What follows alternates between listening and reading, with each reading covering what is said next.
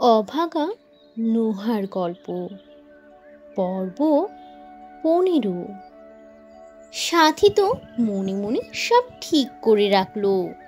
রাত্রে নোহাকে তাড়াতাড়ি ঘুম পড়িয়ে এই রাত্রের মধ্যেই নোহার ডেলিভারি করার জন্য নিয়ে আসা লেহেঙ্গাগুলো সে চুরি করে নিয়ে পালিয়ে যাবে আর একটা বড় শপিং মলে গিয়ে মোটা দামে সেগুলো বিক্রি করে সে লাখপতি হয়ে যাবে। তারপর না হয় গা ঢাকা দেবে। এসব প্ল্যান করে সাথী মনে মনে হাসছিল। তখন নোহা সাথীকে ডেকে বলে, আরে বোন, তুমি এত কি ভাবছো? এগুলো নিয়ে এত চিন্তা করো না, আমি কাল সকালে গিয়ে সব ডেলিভারি করে দিয়ে আসবো। তখন সাথী বলে, আপু, আমার না খুব খিদা লেগেছে আর খুব বেশি ঘুম পাচ্ছে আজ। তুমি তাড়াতাড়ি খাওয়ার কিছু তৈরি করে দাও না। তোমার হাতের খাবার অনেক বেশি মজা লাগে আপু। তোমার হাতের খাবার খেয়ে আমি তাড়াতাড়ি ঘুমিয়ে যেতে চাই। তাড়াতাড়ি কিছু বানিয়ে দাও। সাথীর বায়নাতে নোহা জলদি করে রান্নাঘরে চলে যায় মজার মজার খাবার তৈরি করতে।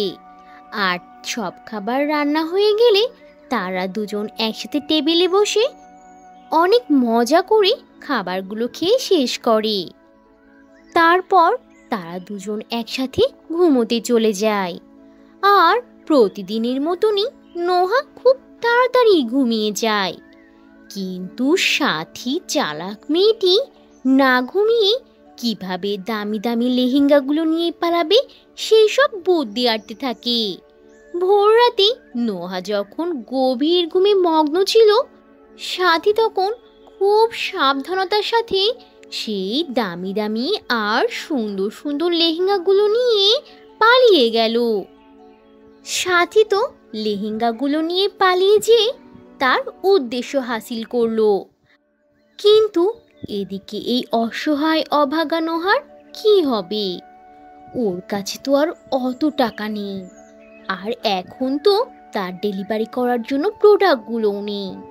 বিশ্বাস করে সে তো ঘরে কালসাপ পুষেছিল, আর তারই দর্শনে আজ সে অসহায় হয়ে গেল আবারও। এরপর নোহা কিভাবে এই বিপদ থেকে রক্ষা পাবে আর কি কি করবে সেই সবটা থাকছে পরের পর্বে।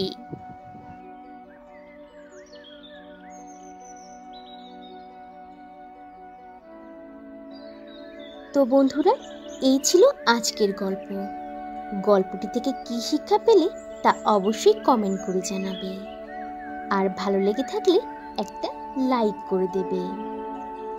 আর এখনো যদি চ্যানেলটি সাবস্ক্রাইব না করে থাকো, তাহলে এখনই লাল রঙের বাটনটি চেপে চ্যানেলটিকে সাবস্ক্রাইব করে দাও আর অল দি নোটিফিকেশন প্রেস করে রাখো। তাহলে বন্ধুরা, আজ এখানেই শেষ করছি। আবার দেখা হবে নতুন কোনো ভিডিওতে, নতুন কোনো গল্প নিয়ে। সে পর্যন্ত তোমরা সবাই ভালো থাকবে আর নিজেদের প্রতি খেয়াল রাখবে। আল্লাহ হাফিজ।